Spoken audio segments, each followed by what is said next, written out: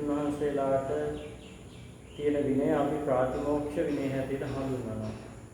ඒත් ගිහියෙකුට බුදුහාමුදුරුවෝ ලොකු විනය පද්ධතියක් පෙන්නලා නැහැ.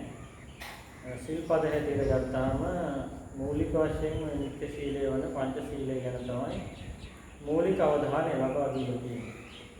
ඉනිහාට තමන්ට නිදහස තියෙනවා පොහෝ දිනවල පෙරවස් සීලෙහි පිහිටන්න.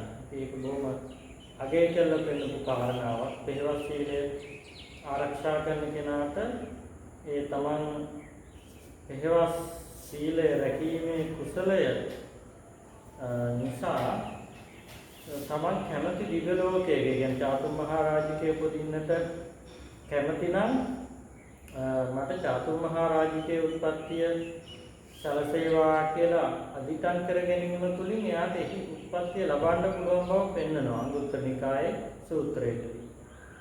ඉතින් එතකොට තාවතින්සේ උපදින්න කැමති නම් එහෙම හිතුවාම තමන් මරණය මත තාවතින්සේ උපදිනවා. යාමේ කැමති නම් එහි, තුසිතේ කැමති නම් එහි. එතකොට වෙන පින්කම් ගැන එහෙම පෙන්නලා නැහැ. කැමති තැනකට යන්න තමන්ට අධිඨාන කරගන්න බැරි නෑ පුළුවන්. නමුත් විශේෂයෙන් මෙතෙන්දි දක්වනවා පෙරවස් සීලේ විශේෂ ඒක ඉතාම ශක්තිමත් එකක් නිසා එයා අධිඨාන කරන තැන උත්පත්තිය ලබන්න පුළුවන්. මනුෂ්‍ය ලෝකේ කැමති නම් මනුෂ්‍ය ලෝකෙ උපදින්න පුළුවන්. එතකොට ඒ නිසා මේ පෙරවස් සීලය ආරක්ෂා කිරීමත් ඉතා වැදගත් වෙන එකක් ගිහි විනයටම අදාළ කාරණාවක්. ඒ හැරුණකොට ගිහි ජීවිතයට විශේෂයෙන් වැදගත් වෙන ශික්ෂණය සහ සමබරතාවය තමයි ජීවිතේ කලව ගන්න වැදගත් වෙන දේශනා රාශියක් තියෙනවා. ඒකට දැන් බුදුහාමුදුරන්ගේ සමස්ත ධර්මය ගත්තහම මේ ධර්මයේ ඕනෑම කොටසක් විදි පැවිදි වෙනසකින් තොරව ඕනම කෙනෙකුට පිළිපදින්න පුළුවන්. ඒක බාධාවක් නෑ. එතකොට දැන් තමන් පවතින පරිසරය කුමක් වුණත් තමන්ගේ මනස තමන්ට උසස් තත්ත්වයක පිහිටුවාගෙන වාසය කරන්න පුළුවන්. ඒතර විශේෂයෙන්ම ඔය අනාගාමී තත්ත්වයටපත් වෙන කෙනාට තමයි එතනින් පස්සේ ගිහිගේ තුල රැඳීමේ අපහසුතාව පැන නගින්නේ. ඒ දක්වා සක්පදාගාමී වෙනකම්ම සාමාන්‍ය ගිහි චර්යාවන් පවත්වමින් ඒ කෙනාට ගිහි ජීවිතයක් ගත කරන්න පහසුව තියෙනවා. ඒ නිසා ඒ ගිහි ජීවිතය තුළ අපිට මේ ධර්මයේ අහවල් කොටස අවබෝධ කරගන්න හෝ පිළිපදින්නට බැහැ කියලා කතාවක් ඇත්තේ නැහැ. නමුත් දැන් මේ ප්‍රතිපදාව අනුපූර්ව ප්‍රතිපදාවක් වීමෙන් පැටලීමකින් තොරව ඒ ගමන යන්නේ ඒක පහසු වෙනවා. එන අර එකපාරට ගැඹුරු ධර්ම කාරණා වලට යන්නේ නැතිව තමන් ආරම්භයක් හොයාගෙන ඒ ආරම්භයේ සිට ක්‍රමානුකූලව තමන් ගැඹුරකට යනවා නම් පහසුයි. ඒ වගේම හැමතිස්සෙම තමන් බලන්න ඕනේ නිතරම තමන් මේ පිරිවි ලෝකයේ තුල පිහිටා සිටින කෙනෙක් කියලා. මොකද ධර්මයේ කියන මාතෘකාව හරි හොඳ දෙයක්. ඔය මේ හරි පහසුවෙන් යොදා ගන්න පුළුවන් දෙයක්. යම් උදවියගේ යම් මානසික තත්වයන්ට පොහොර දමා ගැනීම සඳහා. ඒකට කෙනෙක් අපි කියමු ඉන්න පුළුවන් මානය බහුල පුද්ගලයෙක්. ඒ මානය බහුල පුද්ගලයා ඒ තමන්ගේ මේ උඩඟුකම ප්‍රදර්ශනය කරන ආභරණයක් බවට පත් කරගන්නවා තමන් ගාව තියෙන ධර්මය, තමන් දන්න ධර්මය. මම මෙන්න මෙහිම කියවන කෙනෙක්, නැත්නම් මම මෙහිම අධ්‍යයනය කරන කෙනෙක්. එමත් නැත්නම් මම අහවල් විදිහේ ස්ථාන වලින් ධර්ම ඉගෙන ගන්න කෙනෙක් කියලා ඒක යාට ආභරණයක් හැටියට යාට දෙන්න කරනවා. ඊළඟ තව කෙනෙක් ඉන්න පුළුවන් මේ ජීවිතේ හැම දෙයක්ම කලකිරීමෙන් දකින්න. ඒකේ කලකිරීමෙන් දැකීම කියන කාරණාවට පොහොර දවා ගැනීම සඳහා එයා ධර්මය පාවිච්චි කරනවා. බුදුහාමුදුරුවෝ කියලා තියෙනවා සියල්ල අනිත්‍යයි කියන. ඕ එකක්වත් වැඩක් නැහැ. අන්න එහෙම කියලා එයා අනිත් අයටත් උපදෙස් දෙනවා. නැත්නම් අනිත් අයටත් කරුණ ඉදිරිපත් කරනවා. මේ ධර්මයක් ගාවගෙන. ඊළඟට තව කෙනෙක් ඉන්න පුළුවන් මේ ධර්මයේ කියන එක පිළිබඳව ලබා ගන්නා වූ දැනුම ඒක නා යොදා ගන්නවා තව කෙනෙකුට පහර ගැසීමට මඩ ගහන්න. එහෙම ඉන්න පුළුවන්. එතකොට තමන්ගේ දැනුම පාදක කරගෙන තව කෙනෙකු විවේචනය කරනවා. ඒකට ඒ කාරණාවට ධර්මයේ කෙනෙක් පාවිච්චි කරනවා. ඉතින් ඔන්න ඔය විදිහට මේ ධර්මය කෙනෙකුට පදනම් කරගන්න පුළුවන් විවිධ ආකාරයේ මනෝභාවයන්ට ඒවා උඩුප්පා දැක්වීම සඳහා මේ ධර්මයේ කියන එක ඉදිරිපත් කරන්න පුළුවන්. ඒ නිසා තමයි මම කිව්වේ මේ ධර්මය හදාරගෙන යන වැඩපිළිවෙලේදී සෑහෙන්න තරමට තමන් බුද්ධියට තැන දෙන්නට අවශ්‍යයි. පඤ්ඤාවන්තස්ස අයං ධම්මෝ. ප්‍රඥාවන්තයට මේ ධර්මය. නායං ධම්මෝ දුප්පඤ්ඤස්ස දුෂ්ප්‍රඥාට නෙවෙයි. එහෙම දේශනා කරේ නිකන් නෙවෙයි. ඊටාම ලොකු හරයක් ඇතිව තමයි එහෙම දේශනා කරේ.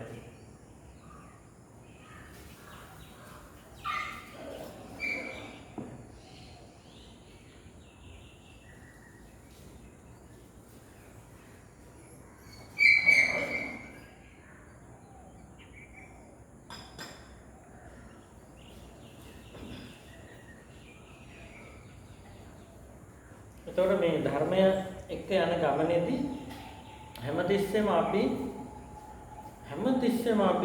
ගැන බලන්න ඕනේ විමසන්න ඕනේ මේ මම කරන්නේ පෘථග්ජන භාවයට පොහොර දමා ගැනීමක්ද නැත්නම් මම පිළිදලින් යථාර්ථය තුළද බොහෝ වෙලාවට පෘථග්ජන භාවයට පොහොර දමා ගැනීම සිද්ධ වෙන්න පුළුවන්. ඒ නිසා මේක හරිය විමසිල්ලෙන් යන්නට ඕනේ ගමන. එතකොට අනික් කාරණාව තමයි දැන් අපි මෙහෙම ධර්මයක් අනුගමනය කරන පුද්ගලයෝ හැටියට ඉදිද්දී අපි අතින් සිද්ධ වෙන දේවල් අනිත් අය විවේචනාත්මකව දකින්න පුළුවන්. ඒ තුලින් එයා ධර්මයට අගෞරව කරන කෙනෙක් බවට පත් වෙනවා.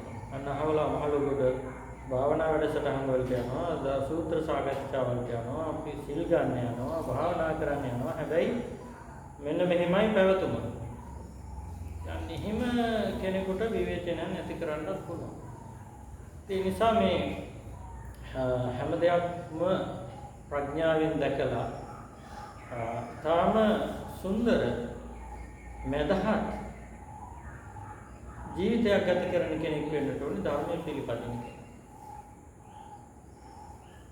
එහෙම නැතිව තව කෙනෙක් කියන දෙයක් නිසා තමන්ගේ ගමන අඩාල කරගත්තොත් නොයසේනම් තමන්ගේ අර තියෙන පුද්ගලිකත්වයන්ට පහරක් දීම නිසා මේ ගමන අඩාල කරගත්තොත් ඒ කියන්නේ දැන් මම කලින් කිව්වනේ පාවීම බහුල පුද්ගලයා ඒකට පොහොර දමා ගැනීම සඳහා මේක පාවිච්චි කරන්න පුළුවන් කියලා. අන්න ඒ වගේ අවස්ථාවක ඊට ප්‍රතිවිරුද්ධ දේශනාවක් ඇහෙනකොට එයාට හිතෙන්න පුළුවන් මේ මගේ මතය නෙවෙයි කියන්නේ. හිත ඇතුලෙන් එනවා ඒක. එතකොට ඒකට නොකැමැත්තක් හිත ඇතුලේ නිරායාසයෙන් ඉපදිනවා. අන්න ඒ වගේ අවස්ථාවන් පිළිබඳව සමාන හිතන්න ඕනේ මට අවශ්‍ය කරන්නේ මගේ පුද්ගලිකත්වය පෝෂණය කර ගැනීමද එහෙම නැත්නම් මට අවශ්‍ය කරන්නේ අවබෝධයකට යන එකද? හරි අවබෝධයක් ඇති කරගන්න. හැම තිස්සෙම දැන් මේ පෘථග්ජන භාවය තුලමනේ මේ මිනිස්සු පිටතල ඉඳලා හැම දෙයක්ම කරන්නේ. ඒකට ඒ නිසා ඒක අපි තේරුම් ගන්න ඕනේ මම කියන தත්වයෙන් මිදෙන්නයි අවශ්‍ය කරන්නේ. ඒකෙන් මිදෙද්දී ගොඩාක් බාධකයක්. මොකද ඔය සංකල්පය තමයි සංසාරේ කල්ප කාලාන්තරය පුරුදු කරගෙන යන්නේ.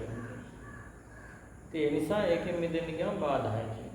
ඒවා අපි තේරුම් ගන්න ඕනේ. අපි ඒවා ඉදිරියට සාකච්ඡා කරමු. දැන් මේ ටික කිව්වේ මේ ධර්ම මාර්ගයේ යද්දී ඇටලුමක් නැතුව අපි යන්න ඕනේ. එහෙම නැත්නම් මේකෙන් කෙනෙක් අනාථ වෙන්න පුළුවන්. කෙනෙක් නොමග යන්න පුළුවන්.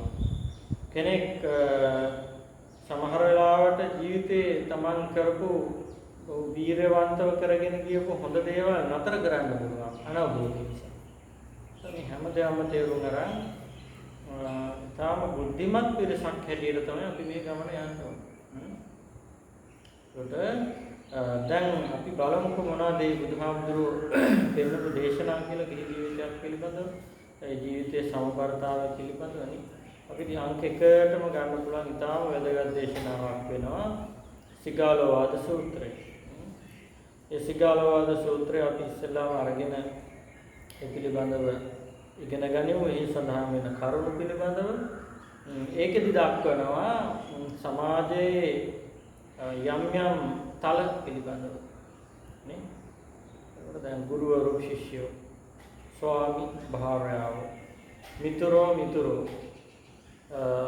ස්වාමියෝ සේවකයෝ, ගිහි පැවිදි. මෙහෙම සමාජ තල ටිකක් පිළිබඳව පේනවා. ඒ සමාජ තලවලට ඉක් වෙන්න ඕන යුතුයකම් ගන්නවා. හැබැයි ඒ தත්වයට යන්න නම් ඊට කලින් අර කරණීයමෙත සූත්‍ර කිව්වා වගේ ඒ தත්වයට යන්න කලින් තමන් ගාව තියෙන දුර්ගුණ වගේක් නැති කරගන්න ඕනේ හැටි පෙන්වනවා ඊට. සතර කර්ම ක්ලේශ අපාය මුඛ ඒ ආදී දේවල් ටිකක් පෙන්වනවා. ඒ දේවල් වලින් තොර කෙනෙක් වෙලා ඉන්න ඕනේ ඉස්සෙල්ලා. ඒ හරි වැදගත්. අපි සාකච්ඡා කරමු ඇයි මේ දේවල් ඉස්සෙල්ලා කියලා තියෙන්නේ අර යුතුයකම් ගැන කතා කරන්න කලින් කියන්නේ. එතකොට ඕක සිගාලෝවාද සූත්‍රය. ඊළඟට තියෙනවා අපි ගත්තොත් ජීවිතයේ දෙපැත්තක් පිළිබඳව කතා කරලා තියෙනවා ව්‍යග්ඝපජ්ජ සූත්‍රය තුළ. ඒකෙදි පෙන්නනවා මෙලොව පරලොව කියලා දෙකක් ගැන. ඒතර මෙලොව දිනුවට අවශ්‍ය කරන උපදේශ හතරකුත් පරලොව දිනුවට වැදගත් වෙන උපදේශ හතරකුත් එතන පෙන්නනවා. ඒකට ඒ දේශනාවත් අපිට දවසක මාතෘකාව හැටියට ගන්න පුළුවන්. ඒකෙදි පෙන්නන්නේ උත්හාන සම්පදා, ආරක්ක සම්පදා, කල්යාණ මිත්‍රතා, සමජීවිකතා. උත්සාහවන්ත වීම, උත්සාහයෙන් හරිහම්බ කරපු ධනය ආරක්ෂා කර ගැනීම, කල්යාණ මිතුරන් ඇතුළු ඇත්තක බවට පත් වීම, ආදායමට සරලන විදිහට වියදම සකස් කර ගැනීම. මේ හතර තියෙනවා නම් එයාගේ මෙලොව ජීවිතේ දියුණුවටපත් වෙනවා. පරලොව සුගතිය පිණිස සාර්ථකත්වයේ පිණිස හේතු වෙනවා සද්ධාව, සීලය, පරිත්‍යාගය, ප්‍රඥාව. ඒ කියන්නේ මේ ජීවිතේ හතර ඇති කෙනාට පරලොව සුගතිගාමී කරගන්න පුළුවන්. මේ ව්‍යග්ඝපජ්ජ සූත්‍රය. ඊළඟට මහා මංගල සූත්‍රය හැමෝම දන්න. එතකොට ඒකෙදි පෙන්නනවා මංගල කාරණා පිළිබඳව. ඒවත් පටන් ගන්නවා මෙලොවින් ඊට පස්සේ අවසානයේට නිවන දක්වාම පෙන්නනවා. එතකොට ඒකෙදි මංගල සූත්‍රය අපි පාවිච්චි කරනවා ආශිර්වාදය ලබා ගන්න දෙයක් හැටියට. නමුත් ආශිර්වාදය ලබා ගන්න ගමනම ඒ ආශිර්වාදයේ නියම විදියට ලැබෙනවා. මේ මංගල කාරණා ජීවිතය තුළ ඉෂ්ට කරගන්න මහන්සි ගන්නවා. ඒක පෙන්වන්නේ බොහෝ වෙලාවට ඒ පිළිපදින්න තියෙන කාරණා ටිකක් තමයි පෙන්වන්නේ. සත්‍යයනා කර ඉන්න දේවල් වලට වඩා. ඊළඟට ගිහි ජීවිතයේ දියුණුවට ඍජුව උපකාරවත් වන තවත් සූත්‍රයක් තමයි නකුල පිටු සූත්‍රය. ඒ නකුල පිටු සූත්‍රය විවාහ ජීවිතයක් සම්බන්ධයෙන් බොහෝ වැදගත් වන කරුණු උපදේශ ලබා දෙන සූත්‍රය. එතෙන්දී නකුල පිතා නකුල මාතා දෙන්නගේ කතාව නියන්නේ විවාහ ජීවිතයටපත් වෙලා අවුරුදු 60ක් වෙනවා. දැන් මේ දෙන්නට වයස අවුරුදු 80යි. බුදුහාමුදුරුවෝ ගාවට ඇවිල්ලා කියන ස්වාමීනි මේ වසර 60ක විවාහ ජීවිතය කියලා නකුල පියා කියනවා මම මේ නකුල මාතාව ඉක්මවලා සිතුවිල්ලක්වත් හිතලා නැහැ. මේ නකුල මාතාවට කයින් වචනේ නික්මවා යමක් එහෙනම් කොහොමද? නකුල මාතාවත් ඒ විදිහටම කියනවා. එහෙම කියලා ඒ වුණෝන් තමන් කොච්චර ආදරයකින් බැඳීමකින් වුණෝන් පිළිබඳව සිතමින් වාසය කළාද ඒ කාරණා ඉදිරිපත් කරාට පස්සේ බුදුහාමුදුරුවෝ මතක් කරන්නේ ඔබ කැමති වෙනවා නම් මේ ජීවිතෙත් ඔය ආකාරයට වුණොන් දකින්නට ඒ වගේම මරණින් මත්තෙත් වුණොන් ඔය ආකාරයට දකින්න. අන්න එහෙම අවස්ථාවක ඔබට පිළිපදින්න කාරණා හතරක් තියෙනවා. ඔබ දෙදෙනාම සීලෙන් සමාන වීම වැදගත් වෙනවා. සද්ධාවෙන් සමාන වීම වැදගත් වෙනවා. ත්‍යාගයෙන් සමාන වීම වැදගත් වෙනවා. ප්‍රඥාවෙන් සමාන වීම වැදගත් වෙනවා. සමසීලා, සමසද්ධා, සමචාගා, සමපඤ්ඤා. එතකොට මේ මොනවද කියන එක අපිට සාකච්ඡා කරන්න පුළුවන්. දැන් සීලය කියලා එතන අදහස් කරන්නේ අපි රකින්න සීලයමද ශ්‍රද්ධාව කියන්නේ තුනුරුවන් ගැන තියෙන ශ්‍රද්ධාවමද නැතිනම් වෙනත් විශ්වාසයක්ද? අතහැරීම පරිත්‍යාගය කියන්නේ දන් දීමද එමත් නැත්නම් වෙනත් පරිත්‍යාගයක්ද?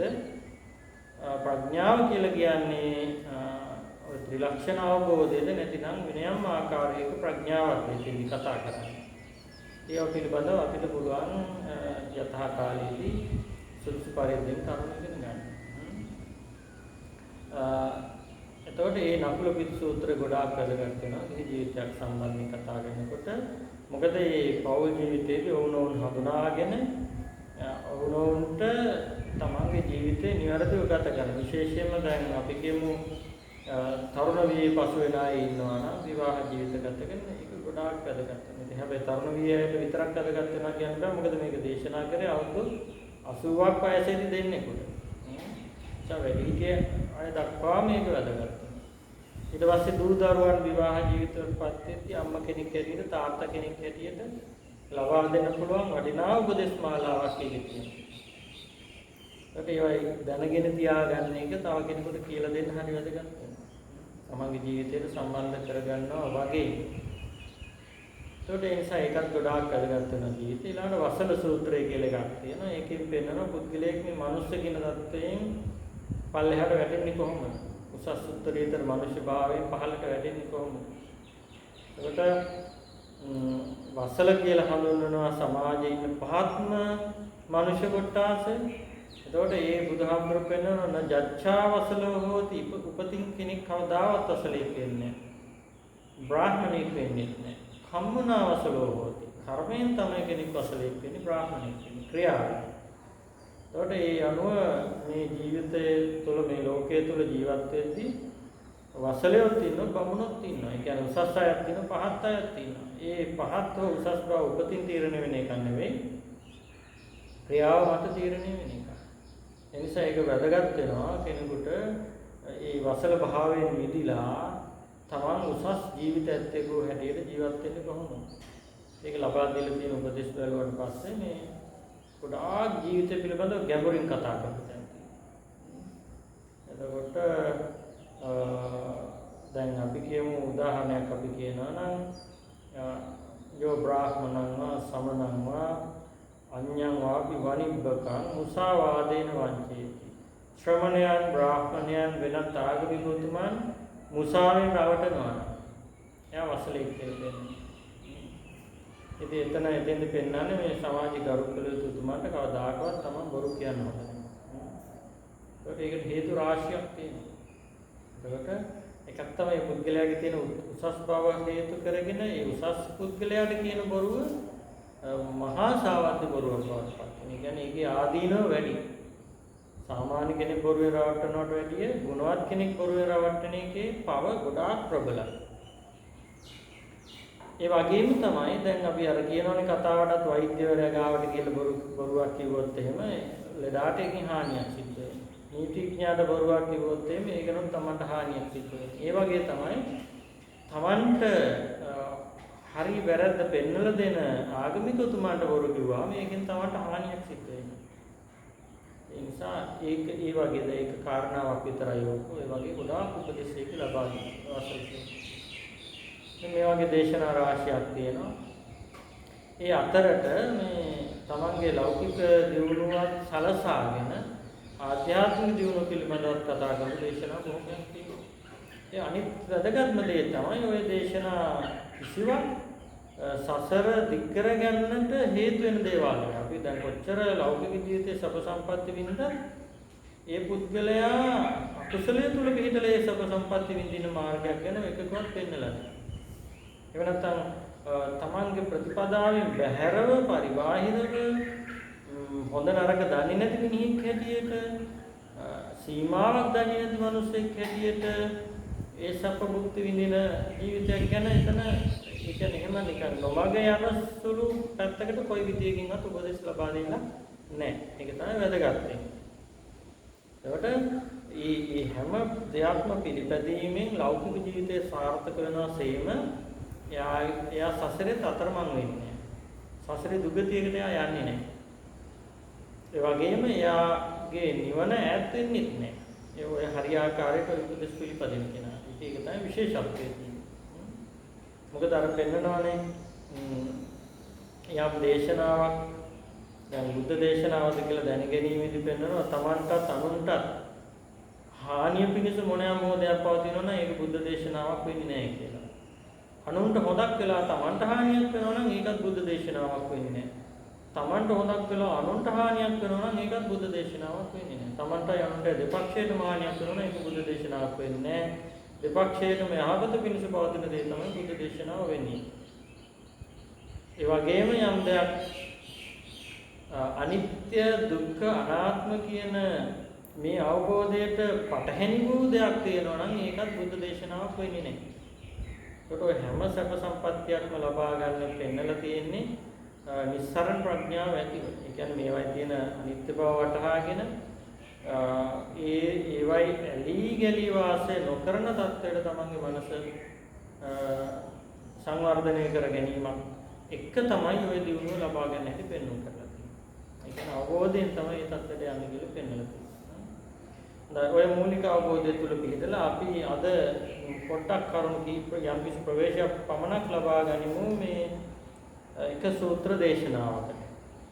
ඔය දේවල් අතරේ.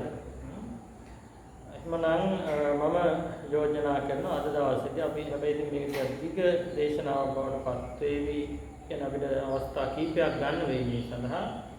සිගාලවාද සූත්‍රය ආරම්භ කරන්න හොඳ දෙයක්. එතකොට සිගාලවාද සූත්‍රය තුලින් අපි ආරම්භ කරමු. හැබැයි දැන් ඔය කියපු සසු දේශනත් අපි ඉදිරි දවස්වලදී ඒ කියන්නේ අපි බෙදාගත්තේ එක දවසකදී ලෞකික දියුණුව පිළිබඳව කතා කරමු. එක දවසකදී භාවනාවක් පිළිබඳව කතා කරමු. එක දවසකදී ආධ්‍යාත්මික දියුණුව එහෙම නැත්නම් නිවන් මඟ පිළිබඳව කතා කරමු. මේ ආදි වශයෙන් එතකොට අපිට ඊළඟ සතියේ නෙවෙයි සති දෙකක හෝ තුනක හෝ ඇවෑමෙන් ආපහු මේ ලෞකික දියුණුව ඒ කියන්නේ මේ සිගාලවාද සූත්‍රය අපි අරගෙන අපිට එතනින් එහා කොටස ඉගෙන ගන්න අවකාශය තියෙනවා. සිගාලවාද සූත්‍රය කියලා අපි මේකට කතා කරාට මේක සූත්‍රයේ සඳහන් වෙන්නේ සිගාලක සූත්‍රය කියලා. නැත්නම් සිගාල සූත්‍රය කියලා. මේක සඳහන් වෙන්නේ දීඝනිකායේ තුන්වෙනි කොටසේ. ඒ කියන්නේ දීඝනිකාය කියන එක අපි ගත්තාම දීඝනිකායේ තියෙන ගොඩාක් දීර්ඝ සූත්‍ර. ඒ සූත්‍රවල දීර්ඝ බව නිසා සහ ඒකේ අන්තර්ගතයේ තියෙන පෘතුල බව නිසා කොහොම එක පොතකට සංග්‍රහ කරන්න හැකියාවක් නැහැ. ඒ කියන්නේ වර්තමානයේ අපි ගත්තාම පොත් හැටියට මේවා පොත් තුනක් හැටියට තමයි තියෙන දීඝනිකාය 1 2 3 කියලා. එතකොට ඒකෙන් මුලින් කොටස දක්වලා දෙන සීලක්ඛන්ධ වග්ගපාළිය කියලා. දෙවෙනි කොටස දක්වනවා මහා වග්ගපාළිය කියලා. තුන්වෙනි කොටස දක්වනවා පාතික වග්ගපාළිය කියලා. ඒකෙන් ওই තුන්වෙනි කොටසට අයිති අටවෙනි සූත්‍රය තමයි සිගාලක සූත්‍රය කියලා කියන්නේ. කියන්නේ පාතික වර්ගයේන අටවෙනි සූත්‍රය. එතකොට මේ පාතික වර්ගයට අයිති සූත්‍ර 11ක් තියෙනවා. සූත්‍රය පටන් ගන්නෙ මෙහෙමයි. බුදුරජාණන් වහන්සේ එක්තරා කාලයක රජගහනුවර වේල්වනාරාමේ කලන්දක නිවාපෙහි වාසය කරනවා. එහෙම කාලයේදී සිගාලක කියන ගෘහපති පුත්‍රයා උදේ පාන්දරින්ම නැගිටලා රජගහනුවරින් නික්මිලා යම්කිසි වතුර තියෙන ස්ථානයකට ගිහිල්ලා හොඳට ඒකේ නාල කරලා මොකද කරන්නේ තෙත වූ කෙස් ඇතිව තෙත වූ වස්ත්‍ර ඇතිව මෙහෙම අත් දෙක හොඳට උඩට උස්සලා ඇඳිලි බැඳගෙන දිශාවන්ට නමස්කාර කරනවා. එතකොට මේ දිශාවන් මොනවද? උතුරු දිශාව, දකුණු දිශාව, බටහිර දිශාව, නැගෙනහිර දිශාව, උඩ දිශාව, යට දිශාව. දිශා 6.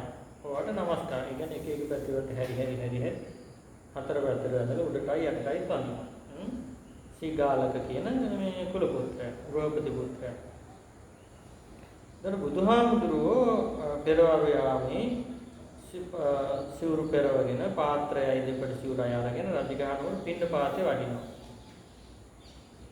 එහෙම වඩිනකොට දැක්ක මේ සිගාලක කියන ගෘහපති පුත්‍රයා මේ උදේ පාන්දර නැගිටලා නාල කරලා තෙත කෙස් ඇතිව තෙත සිරුරු ඇතිව තෙත වස්ත්‍ර ඇතිව ඇඳිලි බැඳගෙන දිසා 6කට নমස්කාර කරනවා. දැකලා බුදුහාමුදුරුවෝ අහනවා නැත්තම් මේ කුල පුත්‍රයාගෙන් අහනවා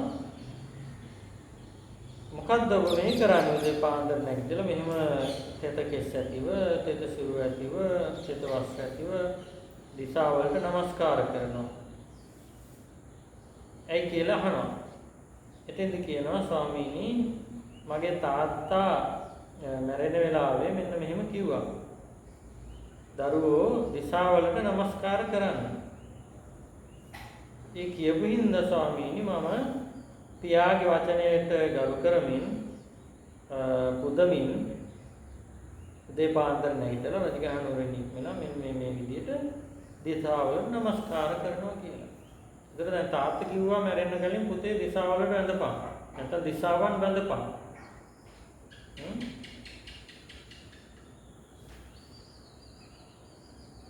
දිසා නමස්සෙයාසී.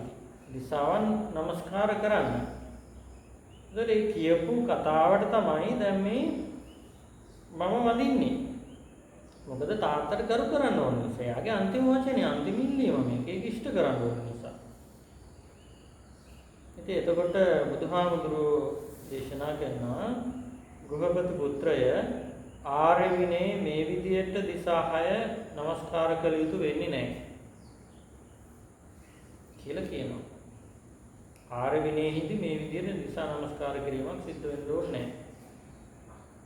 එතෙන්දී කුල පුත්‍රයා අහනවා ස්වාමීනි එහෙමනම් කොහොමද ආර්ය විනය දිසා 6 නමස්කාර කරන්න ඕනේ? අනේ මට අනුකම්පාව උපදවලා ඒක පෙන්නලා දෙන්න. මේ විදියට ධර්මයේ දේශනා කරන්න ආර්ය විනයේදී දිසා 6 නමස්කාර කළ යුතු ආකාරය. ඒ වෙලාවේ බුදුහාමුදුරුවෝ කියනවා එහෙනම් ගෘහපති පුත්‍රය අහන්න මනාව මෙනෙහි කරන්න මම දේශනා කරන්නම්. හොඳයි ස්වාමීනි කියලා දැන් එයා පිළිතුරු දුන්නා. බුදුහාමුදුරුවෝ දේශනා කරනවා. කොහොමද දේශනා කරන්නේ? දැන් මේ දිසා 6ට නමස්කාර කරන්න ඕන හැටි පෙන්නනවා. යතෝ කෝ ගහපති පුත්ත ආර්ය ශාවකස චත්තාරෝ කම්ම කිලේශපහිනා. යම් විදියකින් යම් ක්‍රමයකින් ගෘහපති පුත්‍රය ආර්ය ශ්‍රාවකයාගේ සතර කර්ම ක්ලේශ ප්‍රහීනද සතර කර්ම ක්ලේශ ප්‍රහාණය වුණාද චතෝහිච ඨානේහි පාපකම්මං කරෝති. ස්ථාන 4කින් කරුණු 4කින් පව්කම් කරන්නේ නැද්ද? චච භෝගානං අපායමුඛාය නසේවති. භෝගයන්ගේ අපායමුඛයන් 6 සේවනය කරන්නේ නැද්ද? සෝ එවං චුද්දස පාපක අපගතෝ. මෙන්න මේ විදිහට යා පව්කම් 14කින් තොර වුණේ චද්දිසා පටිච්චාදී හෝති. දිසාවන් 6ට নমස්කාර කරන්නේ උභය ලෝක විජයාය පටිපන්නෝ හෝති. උභය ලෝක දෙකේම උභෝ ලෝක දෙකේම ජයග්‍රහණී පිණිස පිළිපන්න කෙනෙක් බවට පත් වෙනවා. මොනවාද තස්ස අයංචේව ලෝකෝ ආරද්ධෝ හෝති පරෝච ලෝකෝ. මෙලවත් ඒ කෙනාගේ දියුණුවටපත් වෙනවා නැත්නම් ජයග්‍රහණයටපත් වෙනවා පරලොවත් ජයග්‍රහණයටපත් වෙනවා. සෝ කායස බේදා පරම්මරණ සුගතින් සග්ගන් ලෝකම් වූවායි. කය බිඳීමෙන් මරණින් මතු එතනත්තා සුගති ස්වර්ග ලෝකයේ උත්පත්තිය ලබනවා. දැන් මෙතන බලන්න දැන් මේ කාටද සිගාලට කුල පුත්‍රයාට තාත්තා කිව්ව පුතේ දිසා වැඳපන් කිව්ව ගමනින් එයාත් මොකද කරේ? දිසාවලට වැඳලා හිටියා.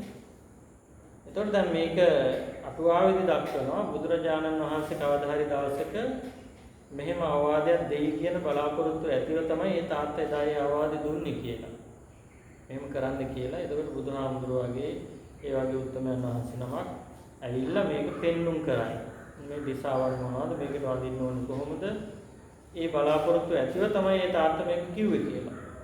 මේ අටුවාවේ විස්තරයක් සඳහන්. දැන් එතකොට මේ කුල පුත්‍රයාගේ වාසනාවට බුදුරජාණන් වහන්සේ වගේ කල්යාණ මිත්‍රයෙක් වුණ ගැහුණා. අනේකේ කල්යාණ මිත්‍රයාගේ තියෙන වටිනාකම තියෙන්නේ හැම වෙලාවෙම අපි කරන ඕනෑම චාරිත්‍රයක හරය පදනම වටිනාකම කියලා දෙනවා. දැන් අපි සමාජ ඉෂ්ට කරන බොහෝ චාරිත්‍ර තියෙනවා. පදනමක් හරයක් නොදැන කරන දේවල් තියෙනවා. ඒකට සමහර දේවල් වල තාම ගැඹුරු අර්ථයක් තියෙනවා. හැබැයි ඒ අර්ථය පොඩ්ඩක් දන්නේ නැතුව තමයි අපි ඉදී කරන්නේ. ඉතින් මෙතෙන්දී අර දිසාහයට වඳින්න කිව්වම එයා නිකම්ම දිසාහයට වැන්දනේ. දැන් අදත් ඔය ඉන්දියාවේ තියෙන සූර්ය නමස්කාරය කියන ඊට දිහාවට නමස්කාර කරනවා. හැබැයි යම් කිසි හරයක් ඒක තියෙන්න පුළුවන්. ඊටාම ගැඹුරක් තියෙන්නත් පුළුවන් අපි මතකේ. ඒතකොට අන්නේ හරය සොයා ගැනීම තමයි මේ පුද්ගලයා මේ චාරිත්‍රය කරන කෙනා කරන්න ඕනේ. නැත්නම් නිකම්ම ඉරට වැඳලා ඉන්න එකම නෙවෙයි. එතකොට සමහර වෙලාවට ඒක අභ්‍යාසයක් වෙන්න පුළුවන් භෞතික වශයෙන් ජීවිතයට කරගන්න මේ සූර්යාගේ ශක්තිය තමන්ගේ ශරීරයට උකහා ගන්න තමන්ගේ ශරීරයේ තියෙන යම් දුර්වල ශක්තියින් පිට කරලා හරින්න කරන අභ්‍යාසයක් කරන්න පුළුවන්. එතකොට මෙයත් දිසාවලට වැඳ ඉති බුදුහාමුදුරුවෝ පෙන්වුවා ආර්ය විනය නම් කොහොම වැඳීමක් ගෙන නෙවෙයි කියන්නේ. ඒ වගේම තමයි ධර්මම කලින් කිව්වා වගේ ගොඩක් වැදගත් වෙන දේ තමයි දැන් මේ දිසා ගැන බුදුහාමුදුරුවෝ ඊට පස්සේ කතා කරන්නේ නැහැ නේද මේ ටිකේදී. දිසා වලට දිසා නමස්කාරය සාර්ථකව කරන්න නම් මෙන්න මේ දේවල් ටික වෙන්න ඕනේ කියලා විතරයි පෙන්නන්නේ. ඒ මොනවාද? සතර කර්මක්ලේශ. ඊළඟට ස්ථාන හතරකින් පවකම් කරනවලු ඒ හතරින් වැළකීම. භෝග විනාශ වෙන්න පුළුවන් ක්‍රම 6ක් තියෙනවා. ඒ 6 නැති කර ගැනීම. එතකොට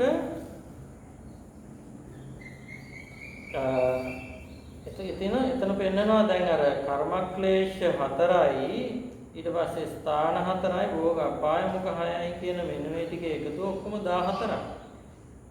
ඒතකොට ඒ 14 පෙන්නන්නේ පව්කම් 14ක් හැටියට. චුද්දස පාපක. ඒතර පාපය කියලා දැන් සමහරවිට අපි හිතනවා මේ පව් කියන එක. දැන් පාපක කියනවා යම් කිසි දෙයක් වැරදි නම් මේ හැම දෙයකටම පාප කියන වචනේ පාවිච්චි කරන්න පුළුවන්. එතකොට කොහොම වෙතත් මේ පාපී වූ ක්‍රියාවන් 14න් කාරණා 14න් වලකින්ෙක් බවට පත් වෙන්න ඕනේ ඉස්සෙල්ලා. දැන් ඒ පෙන්නලා නැහැනේ තාම මේ දිසා මොනවද කියලා.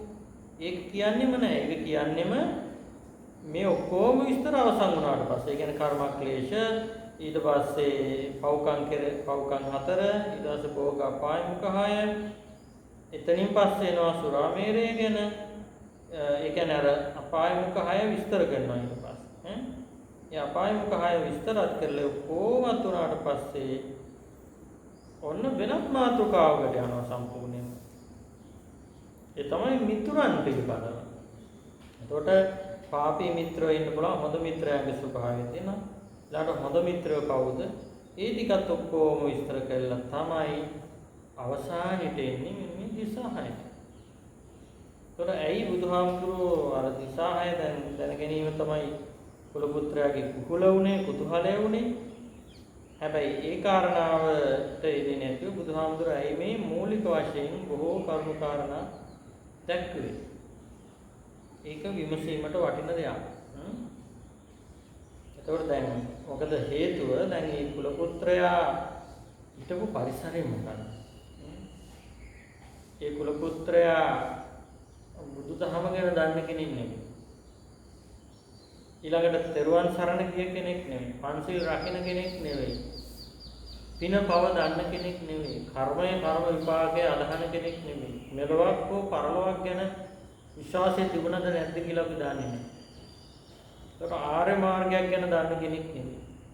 අන්න එහෙම කෙනෙකුටයි බුදුහාමුදුරුවෝ මේ ධර්මය දේශනා කරන්නේ. එතකොට ඉස්සෙල්ලාම බුදුහාමුදුරුවෝ මෙන්න මේවා තමයි දිසා කියලා කියන්නේ.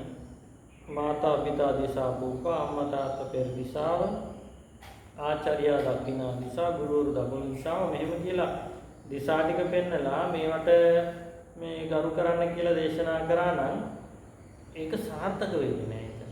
ඒක නියම ඒ කියන්නේ මේ ගෞරවය යාට දෙන්නත් බෑ, අනිත් අයගේ ගෞරවය ලබා ගන්නත් බෑ, මෙලොව පරලොව දිනන්නේ එක බවට පත් වෙන්නත් බෑ.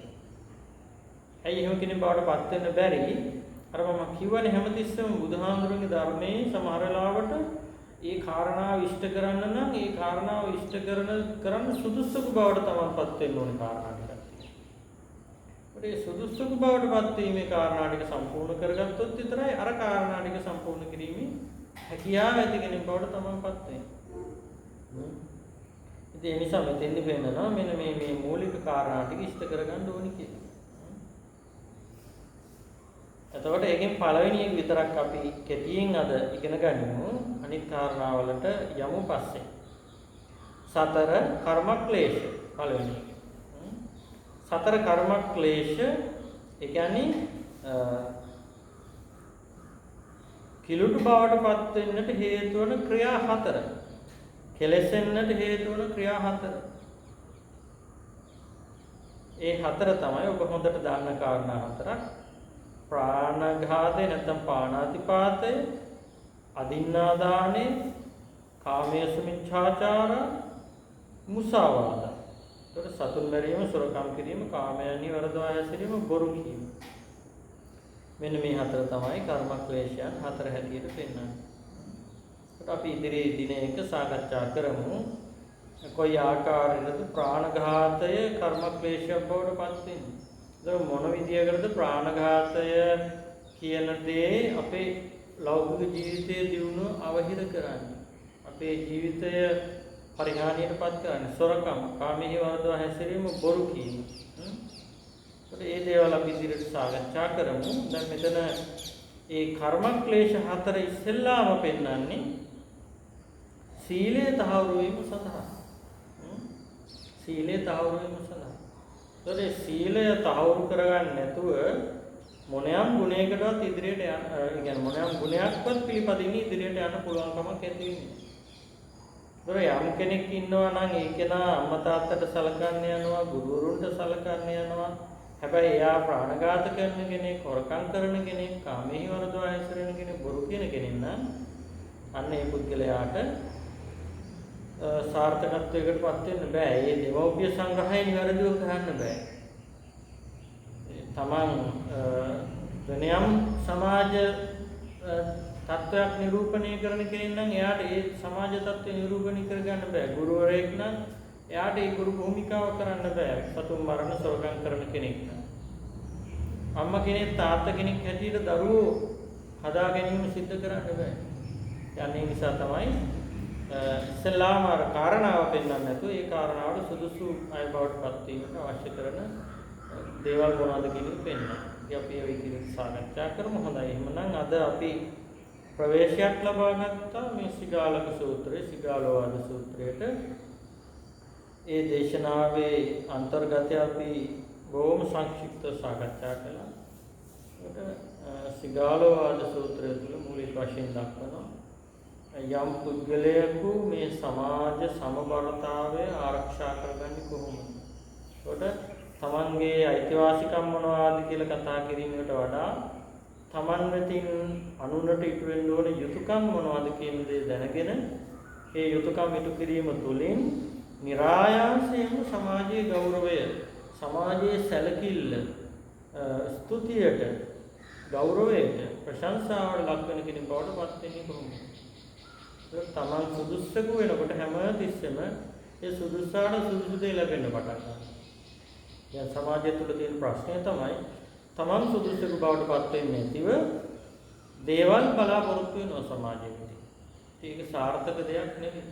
හැමතිස්සෙම තමන්ගේ සුදුසුකම තමයි ලබා ගන්නවා. මේ සුදුසුකම තියනවා නම් ඒ සුදුස්සාට ගැළපෙන දේ නිතරම ලැබෙනවා. දැන් අම්මා තාත්තා හැටියට දරුවෝ පිළිබඳව දරුවන්ගේ වන්දනාව, දරුවන්ගේ ගෞරවය, දරුවන්ගේ ප්‍රතිඋපකාරය, සැලකිල්ල, සිත් නොරිදවීම කියන එක ලබන්නට අපි සුදුසු අය බවට පත් වෙනවා. ඒක සුදුසුනොත් දරුවන් වෙතින් નિરાයාසයෙන් මේ දේ ලැබෙනවා. ඉතින් වෙන වෙනම නොකියුවත් ඒ අය ඒවා ඉතාම හොඳින් ඉෂ්ට සිද්ධ කරනවා. ඉතින් එහෙම වෙන්නේ නැහැ. ඒ සුදුසු තත්ත්වය Taman තුළ පිළිහිදී නැතිනම්. ඒ නිසා ඉස්ලාම් සුදුසුම් බවට පත් වීම වැදගත්. මේ සිගාලවාද සූත්‍රය තුල දක්වනවා.